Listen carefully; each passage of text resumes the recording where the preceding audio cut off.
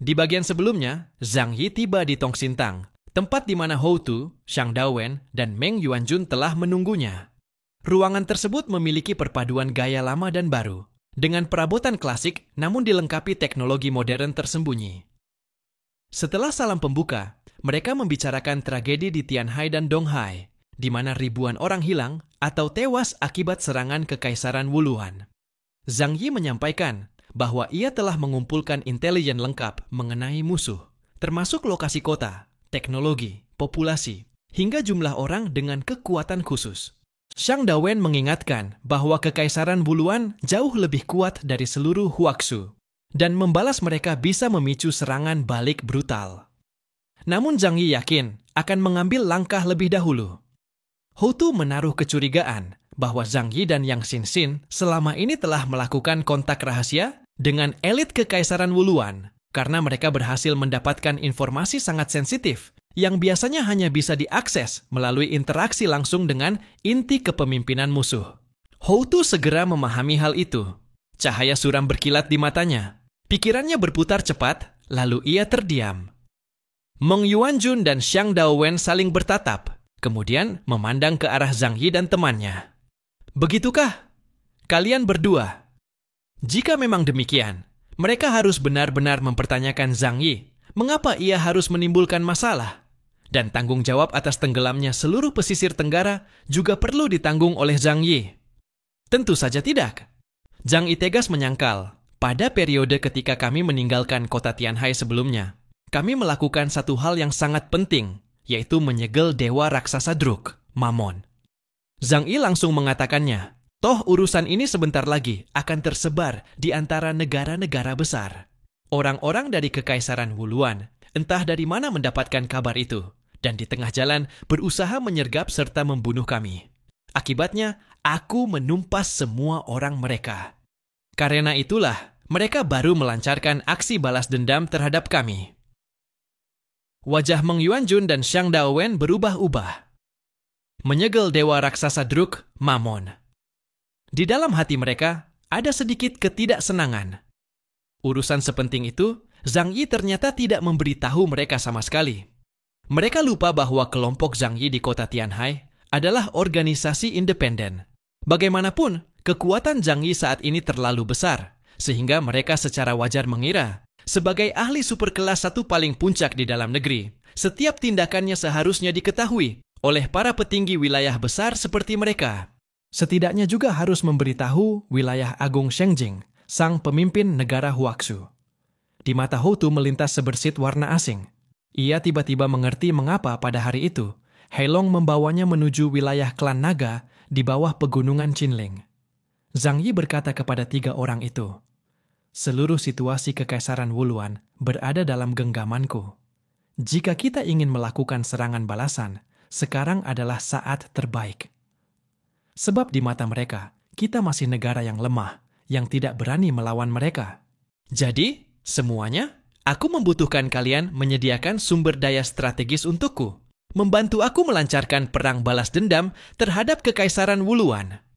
Kalian setuju? Tak seorang pun membuka mulut.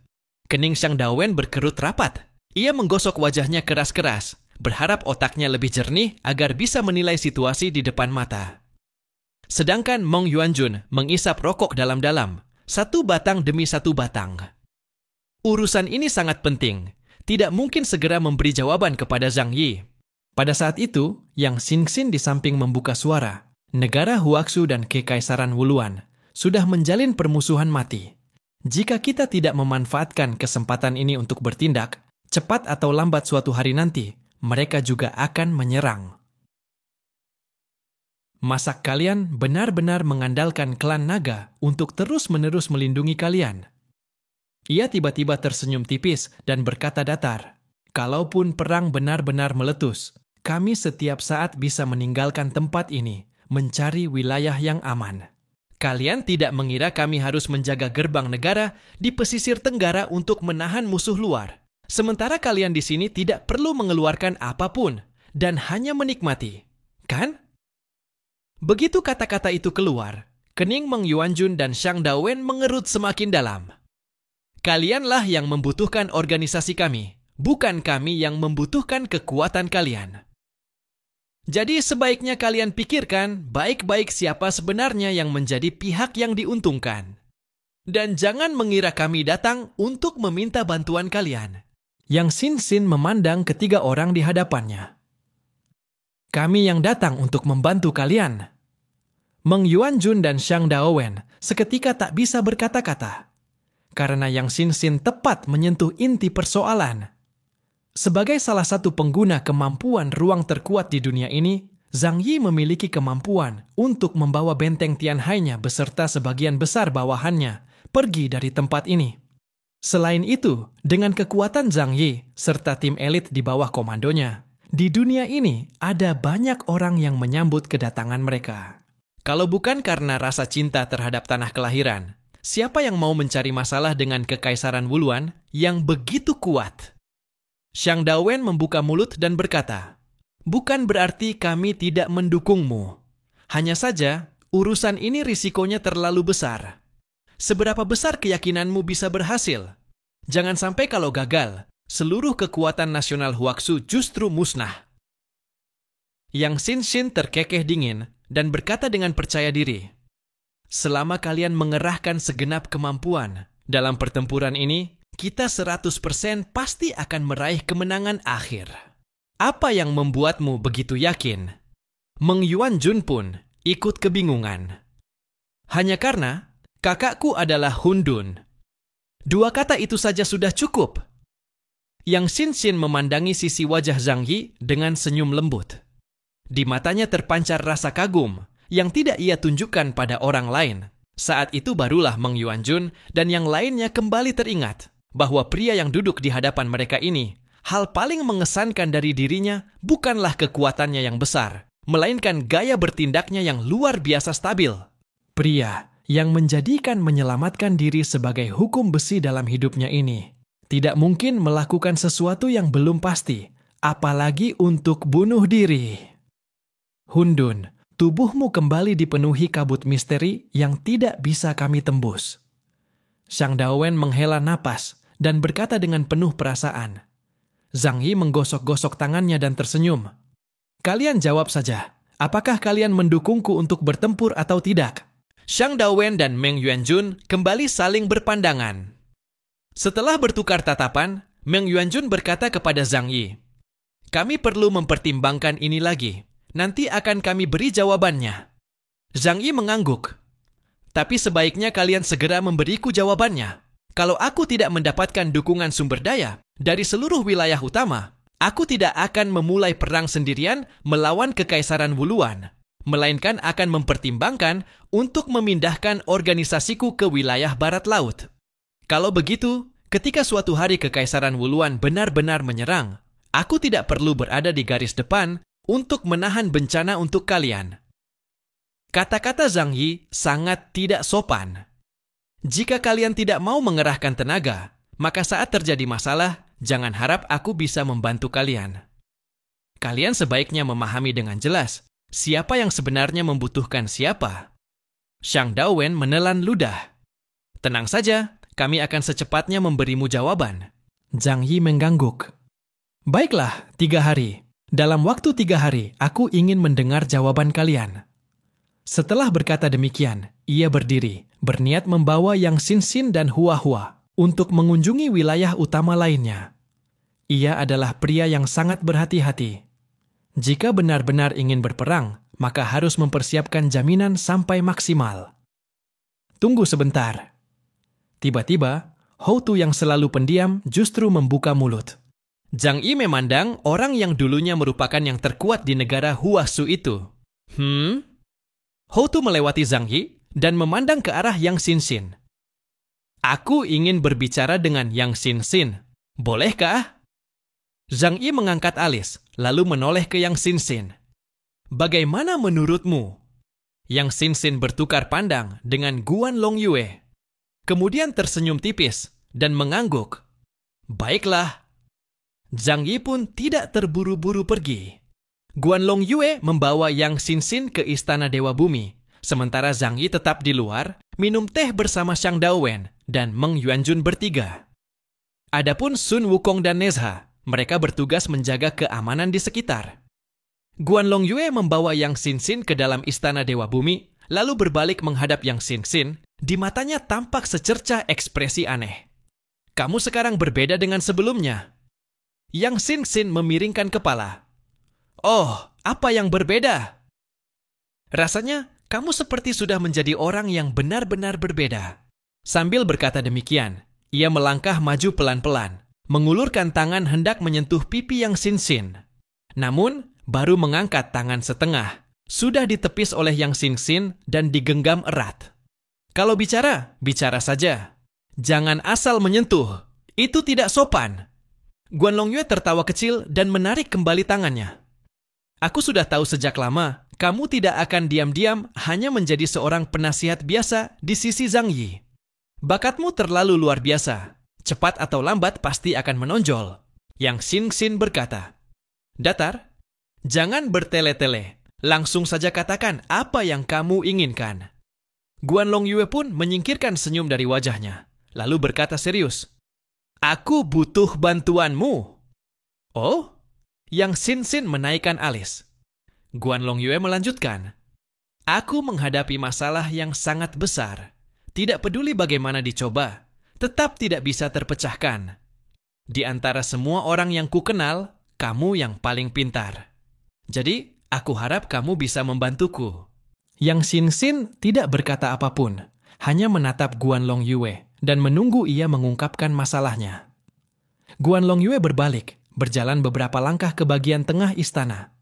Di aula besar yang luas itu, lantainya berwarna biru langit, seperti sebuah mata air jernih, membuat siapapun yang melihat merasa tenang dan nyaman. Xinxin, lihat ini. Inilah masalahku. Begitu ucapannya selesai, tiba-tiba ia mengangkat kedua tangan, dan dari lengan bajunya terbang keluar banyak batang giok putih. Sangat banyak. Bagaikan peri menyebarkan bunga, bertebaran di udara, menyebar dari atas kepala ke segala arah, lalu dengan cara yang rumit namun teratur membentuk sebuah pola kuno yang sangat besar dan terus berubah. Begitu melihat pola itu, dalam sekejap mata Yang Xinxin tampak memancarkan sorotan kaget.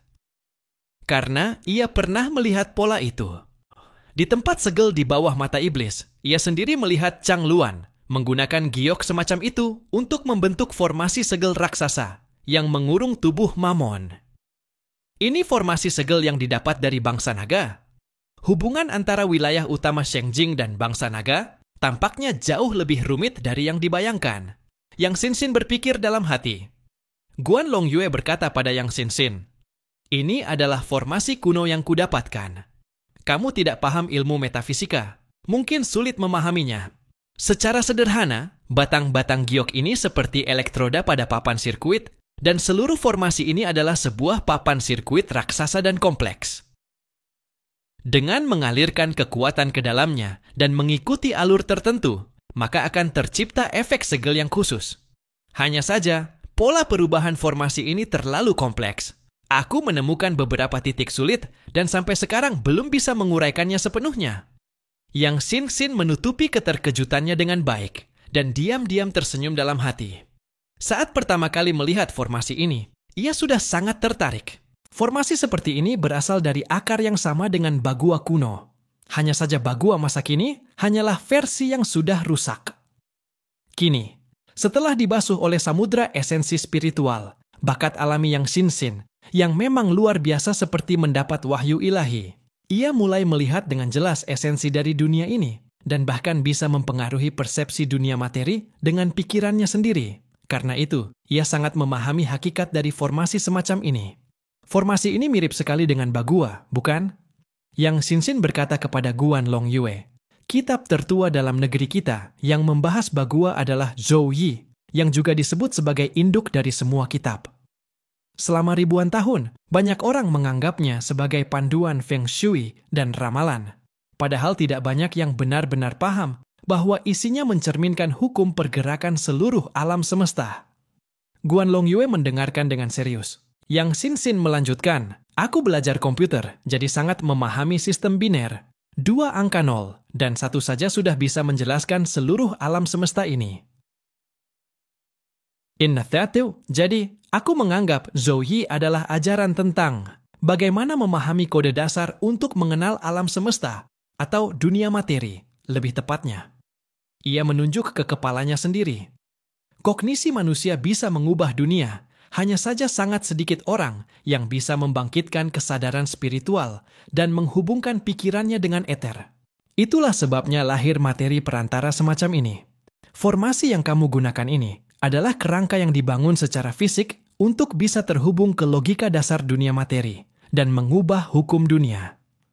Setelah mendengar penjelasannya, Guan Longyue bertanya, "Maksudmu, kalau dunia ini adalah sistem yang diciptakan oleh pencipta, maka metodeku ini seperti mouse dan keyboard dari luar sistem yang bisa memasukkan kode baru?" Kira-kira seperti itu. Yang Xinxin berkata datar, "Ini tidak sulit." Melihat formasi yang kompleks itu, meski giok-gioknya terlihat berputar kacau, sebenarnya memiliki aturan yang sangat ketat. Yang Xinxin melangkah maju, dan hanya dengan menunjuk satu titik saja, ia langsung menemukan letak kelemahannya. Kamu benar-benar seperti programmer pemula. Semua kode yang kamu input penuh dengan bug, jadi wajar kalau sistemmu tidak jalan. Guan Longyue tidak merasa tersinggung, justru seolah mendapat pencerahan. Kalau aku belajar kode, apakah itu akan membantuku memahami ini? Akan lebih baik jika kamu belajar matematika, terutama matematika tingkat tinggi. Jawab Yang Xinxin. Yang Xinxin membantu Guan Longyue menunjukkan kelemahan dari formasinya. Namun ia tidak meminta untuk belajar cara membentuk segel seperti itu. Karena ia tahu, hanya mengandalkan dirinya sendiri, Guan Longyue tidak akan bisa menguasai teknik formasi segel semacam ini. Oleh karena itu, Guan Longyue membutuhkan dirinya. Dengan kemampuan menghafal luar biasa yang dimiliki Yang Xinxin, selama ia terus membantu membimbing Guan Longyue, maka dirinya sendiri pun akan segera menguasai kemampuan ini. Bahkan mungkin akan lebih cepat dari Guan Longyue. Di luar, Zhang Yi sedang minum teh bersama Meng Yuanjun dan Xiang Daowen sambil mengobrol santai. Wilayah utama Shengjing menguasai data rahasia paling penting negara Huaxu. Jadi Zhang Yi pun bertanya pada mereka, apakah mereka tahu tentang kuil Junzheng dan organisasi Hitomi? Ekspresi mata Xiang Daowen dan Meng Yuanjun langsung berubah hati-hati. Aku sudah menduga, mereka pasti akan mendekatimu. Hundun, kamu harus paham, demi bisa menyebarkan ajarannya, agama tidak akan segan melakukan apapun. Kami semua adalah ateis sejati, tidak percaya pada hal-hal takhayul semacam itu. Semoga kamu juga tidak tertipu oleh mereka. Zhang Yi menggeleng. Aku tidak peduli pada hal-hal seperti itu. Tapi saat menangani urusan internasional, tidak bisa dihindari harus berhubungan dengan mereka. Xiang Daowen berkata, mereka semua bukan pihak yang mudah dihadapi. Sebaiknya kamu jangan berpihak kemanapun. Tetap netral dan menjaga jarak dengan keduanya. Dengan begitu, kamu bisa mendapatkan keuntungan terbesar. Mereka sangat memperhatikan tindakan Zhang Yi. Bagaimanapun juga, Zhang Yi sekarang adalah kekuatan tempur paling puncak di negara Huaxu. Kemanapun arah langkahnya condong, akan membawa pengaruh besar terhadap seluruh negara Huaxu. Zhang Yi sendiri tidak terlalu bersemangat. Ketika ia kembali mengajukan beberapa pertanyaan lain, Meng Yuanjun dan Xiang Daowen selalu berhasil menghindari bagian-bagian yang sensitif. Zhang Yi pun perlahan merasa bosan. Sudah dalam situasi seperti ini, mereka masih saja menyembunyikan beberapa hal. Namun, dari sudut pandang Meng Yuanjun dan Xiang Daowen, hal itu masih bisa dimaklumi. Bagi Zhang Yi, orang yang tidak berguna itu seperti sepotong tahu yang jatuh ke bawah meja saat makan. Bukan hanya tidak menarik perhatiannya, malah membuatnya merasa terganggu. Setelah Yang Xinxin keluar dari kuil Dewa Tanah, Zhang Yi menatapnya sekilas. Di mata Yang Xinxin terdapat sorot cahaya yang istimewa. Zhang Yi tidak banyak bertanya, hanya membawa Yang Xinxin dan berpamitan dengan yang lainnya. Xinxin, kita harus sering berhubungan setelah ini, kata Guan Longyue. Ya. Yang Xinxin hanya mengangguk ringan. Setelah mereka meninggalkan kota Shengjing, barulah Zhang Yi bertanya pada Yang Xinxin, kau berada di dalam ruangan selama 2 jam. Kalian sedang melakukan apa? Ia menatap Yang Xinxin dengan rasa penasaran, lalu bertanya hati-hati. Boleh diceritakan? Kalau tidak bisa diceritakan juga tidak apa-apa. Yang Xinxin menatap mata Zhang Yi dan berkata, "Kakak, cara bicaramu aneh sekali." "Hahaha, nggak apa-apa, nggak apa-apa." Zhang Yi menggaruk kepalanya dan tertawa kecil. Yang Xinxin pun tidak menyembunyikan apapun dari Zhang Yi, lalu menceritakan kejadian tersebut secara menyeluruh. Setelah mendengar semuanya, Zhang Yi langsung berkata, "Aku sudah menduganya. Selama ini wilayah Shengjing punya hubungan yang tidak sedikit dengan klan naga dari pegunungan Qinling. Mereka juga sudah mendapat cukup banyak keuntungan dari hubungan itu." Zhang Yi tidak peduli dengan rahasia orang lain, tapi jika suatu saat wilayah Shengjing memutuskan untuk ikut bertempur, maka Zhang Yi pasti akan memaksa mereka untuk mengirim lebih banyak pasukan dan senjata. "Tujuan kita selanjutnya kemana?" tanya Yang Xinxin. "Ke wilayah timur laut saja," jawab Zhang Yi. Wilayah barat daya dan wilayah barat laut, Zhang Yi sangat yakin bahwa mereka akan membantu. Di wilayah barat daya, para saudara dari klan pemakaman pernah menerima banyak kebaikan dari Zhang Yi. Seluruh wilayah itu berutang budi pada Zhang Yi. Kalau hanya untuk mengirim pasukan, mereka pasti tidak akan menolak. Sedangkan wilayah barat laut, Xiaoli baru saja naik ke tampuk kekuasaan, kedudukannya belum stabil. Ia sangat membutuhkan pengakuan dari wilayah lain, terutama dari Zhang Yi. Sementara itu, untuk pengerahan pasukan ke luar negeri, mereka hanya diminta mengirim sebagian kekuatan, serta memberikan bantuan dari Dewa Kematian Cinta. Jika wilayah lain juga setuju, maka Xiaoli pasti juga akan setuju. Wilayah Laut Timur tidak perlu dibahas lagi. Mereka sekarang sedang menyimpan dendam dan bersiap-siap melawan Kekaisaran Wuluan. Jadi sekarang tinggal menunggu pendapat dari wilayah Timur Laut dan pasukan penjaga negara. Zhang Yi lalu membuka perangkat komunikasi dan pertama-tama menghubungi Luya Hanshanzao. Panglima tua dari Timur Laut, Ji Changhai, sudah lanjut usia. Dalam pertempuran sebelumnya, ia terserang flu akibat cuaca, sehingga kini hampir seluruh kekuasaan telah diserahkan kepada Hanshanzao. Secara umum, jika Hanshanzao sudah menyetujui sesuatu, maka semuanya bisa berjalan. Dalam layar komunikasi, muncul sosok pria botak dengan tubuh gemuk yang mengenakan jaket kulit. Sosok yang familiar. "Yoh, bukankah ini si saudara Hundun? Sudah lama tidak ketemu, kau juga nggak bilang-bilang mau datang minum denganku." Zhang Yi tertawa dan berkata, "Bukankah aku memang sedang berniat datang menemuimu?" Hanshanzao langsung membeku ekspresinya setelah mendengar kata-kata itu. "Wah, kalau begitu, bagus dong. Kapan kau mau datang?" "Sekarang, aku akan segera tiba." Ekspresi rumit di wajah Hanshanzao hampir tidak bisa ia sembunyikan. "Kenapa buru-buru banget? Ada urusan penting ya? Sampai harus seperti ini. Kau tinggal bilang saja, urusan apapun pasti akan aku bantu selesaikan." Nada suara Zhang Yi pun ikut menjadi gembira. Ia tertawa dan berkata lantang, "Kalau begitu, aku jadi tenang mendengarnya. Kebetulan aku memang punya urusan dan butuh bantuanmu. Tapi dari nada bicaramu, sepertinya tidak perlu dikhawatirkan." "Hahaha. Tunggu sebentar, aku akan segera tiba." Setelah berkata demikian, Zhang Yi langsung menutup sambungan komunikasi. Saat ini, Hanshanzao yang berada di wilayah Timur Laut benar-benar kebingungan. "Bukan, aku kan cuma basa-basi. Kenapa dia malah beneran datang sih?" Kini Hanshanzao merasa sedikit pusing. Ia tentu tahu bahwa Zhang Yi mencarinya karena urusan serangan Kekaisaran Wuluan ke wilayah pesisir. Entah itu untuk meminjam logistik atau meminjam pasukan. Namun Hanshanzao merasa urusan ini tidak ada harapan besar. Jika mereka memberikan sesuatu, maka itu hanya akan terbuang percuma. Sayangnya, kekuatan Zhang Yi saat ini terlalu besar, ia tidak bisa menolaknya begitu saja. Untuk sesaat, Hanshanzao duduk di atas sofa, menghela napas panjang dan pendek secara bergantian. Saat itu, ia sedang berada di pusat pelatihan wilayah Timur Laut, melatih sekelompok orang asing yang baru direkrut. Melihat Hanshanzao yang tampak murung, kepala tim wilayah Timur Laut, rubah ajaib Hu Mengfang, memberi beberapa instruksi pada para pemula agar berlatih sendiri, lalu berjalan mendekat. "Bang Shan, kenapa? Wajahmu murung begitu. Ada masalah di rumah sama kakak ipar ya?" Han Shanzhao langsung melotot ke arah pemuda itu. "Apa-apaan yang kau omongkan? Minggir sana!"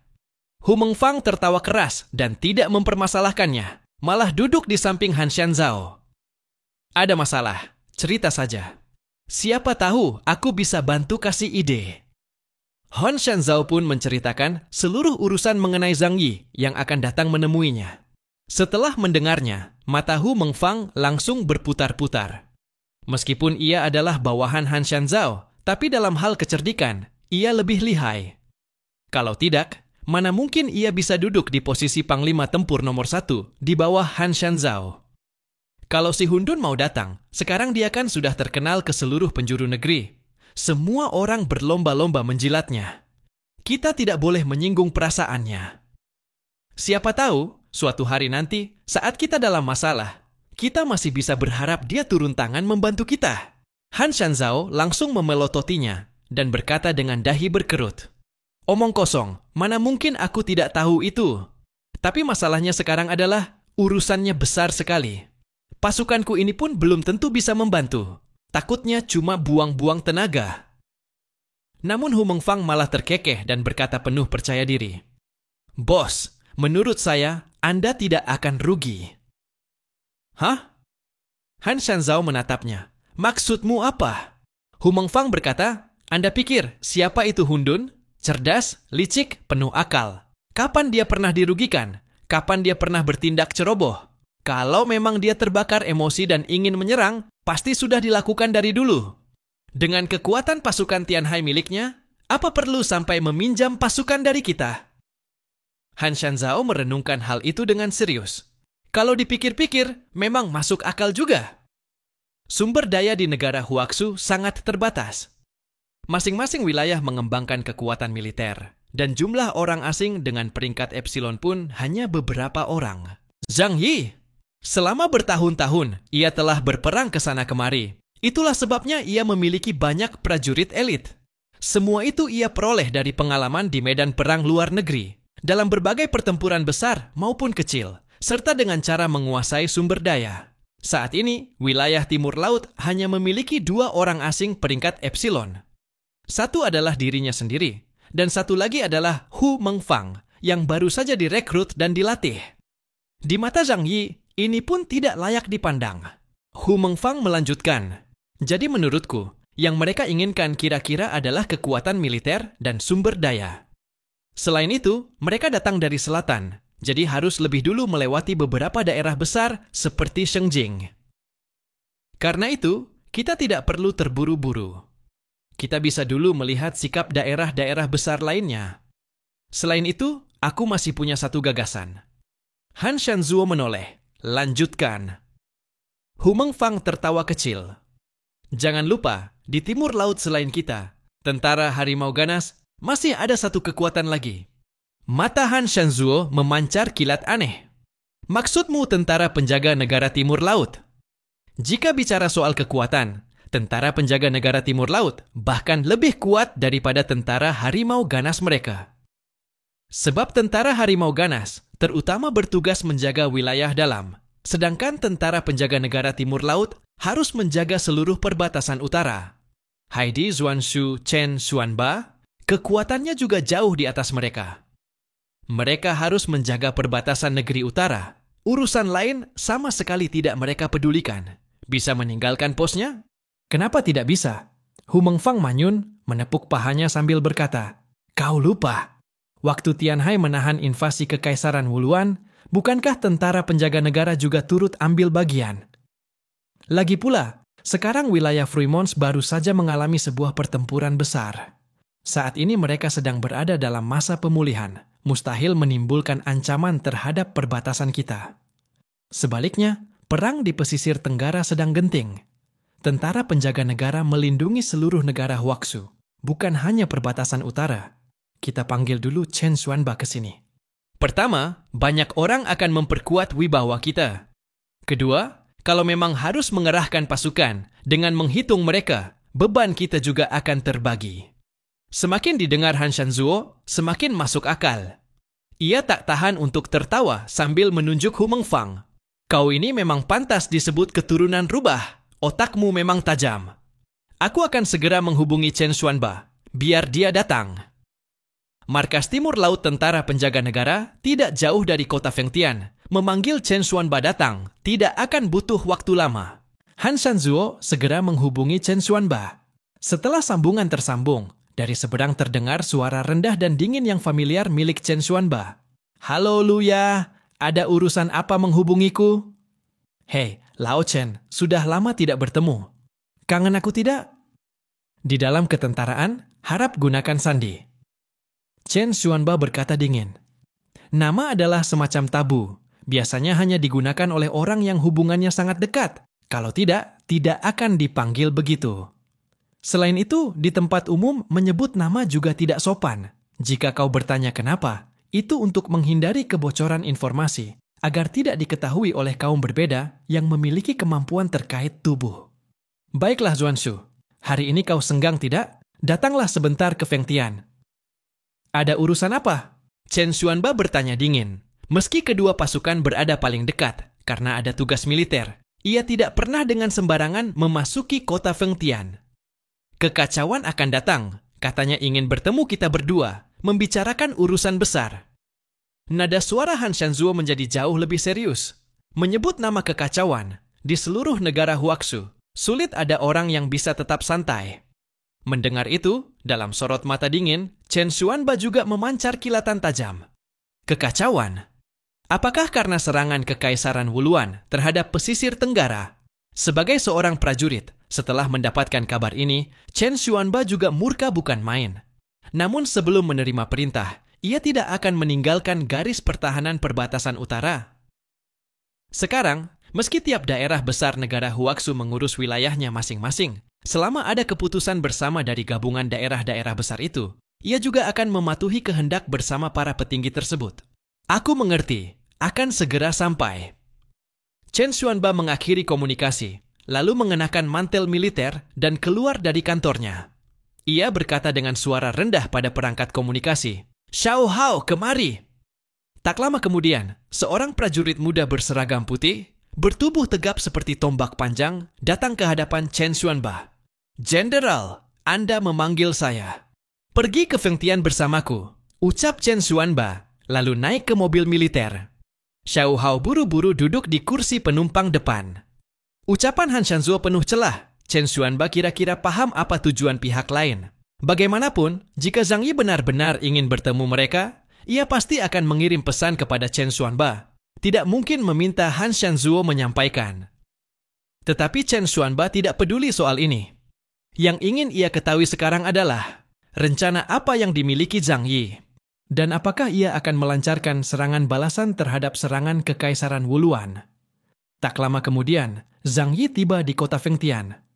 Kota Fengtian juga telah mengalami pembangunan kembali. Kini tampak berkilau, dari jauh terlihat perak keputihan. Jika diperhatikan dengan saksama, ternyata dibangun menjadi sebuah kastel es dan salju raksasa.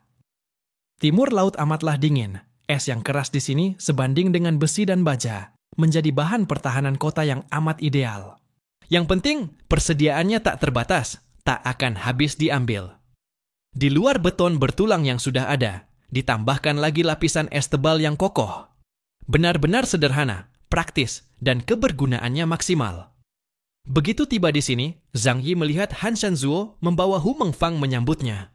"Wah, saudara Hundun datang ya? Selamat datang, selamat datang. Lama tidak berjumpa, aku rindu sekali padamu."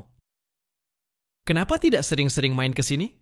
Begitu datang, Han Shanzuo langsung menyapa dengan hangat. "Akhir-akhir ini agak sibuk. Begitu teringat, aku langsung datang, kan?" Zhang Yi juga tersenyum ramah, saling berbasa-basi. "Itu, ayo kita masuk dan ngobrol di dalam." Kebetulan sekali, begitu dengar kau mau datang, Zuanshu dari Tentara Penjaga Negara juga. Apapun alasannya, dia bersikeras ingin bertemu denganmu. Aku pun memintanya datang. Kau tidak keberatan, kan? Alis Zhang Yi sedikit terangkat. Semula ia masih berpikir, apakah perlu pergi ke Tentara Penjaga Negara? Bagaimanapun, mereka bertanggung jawab atas garis pertahanan bagian utara, tugasnya juga sangat penting. Namun sekarang pihak itu sudah datang. Kebetulan, bertemu juga tidak masalah. Bagaimanapun, pembantu tidak pernah terasa kebanyakan. Makin banyak pasukan, makin besar peluang menang, dan jumlah korban jiwa akan semakin sedikit. Bertemu. Tentu harus bertemu. Tunjukkan jalan di depan. Mereka pun dengan gembira masuk ke tempat untuk menjamu tamu. Begitu masuk, terlihat Chen Xuanba bersama seorang pria berseragam militer putih sudah berada di dalam ruangan. Ada juga Panglima Tua Timur Laut, Ji Changhai, mengenakan pakaian tebal, seluruh tubuhnya seperti terselip dalam kursi. Orang-orang dari tentara penjaga negara semuanya duduk. Chen Xuanba di kursi utama. Orang itu di bawahnya. Zhang Yi secara khusus menatap pria berseragam putih itu dan memastikan dalam hatinya bahwa identitasnya pasti luar biasa. Kalau penjaga seharusnya berdiri di samping saat ini, tidak mungkin duduk. Selain itu, untuk urusan sepenting ini, Chen Xuanba malah membawa orang. Pastilah bukan tokoh biasa. Seharusnya elit yang dibina di dalam tentara penjaga negara. Setelah Zhang Yi masuk, Chen Xuanba dan Xiao Hao juga menoleh. Tatapan Chen Xuanba tetap setajam itu, seperti seekor elang liar. Sorot matanya bagai paku yang bisa menembus orang. Tatapan Xiao Hao adalah menilai Zhang Yi, agak bersemangat dan penasaran, tetapi disembunyikan dengan sangat baik. Zuanshu, sudah lama tidak berjumpa. Zhang Yi tersenyum dan menyapa. Ya, sudah lama tidak berjumpa. Chen Xuanba perlahan mengangguk.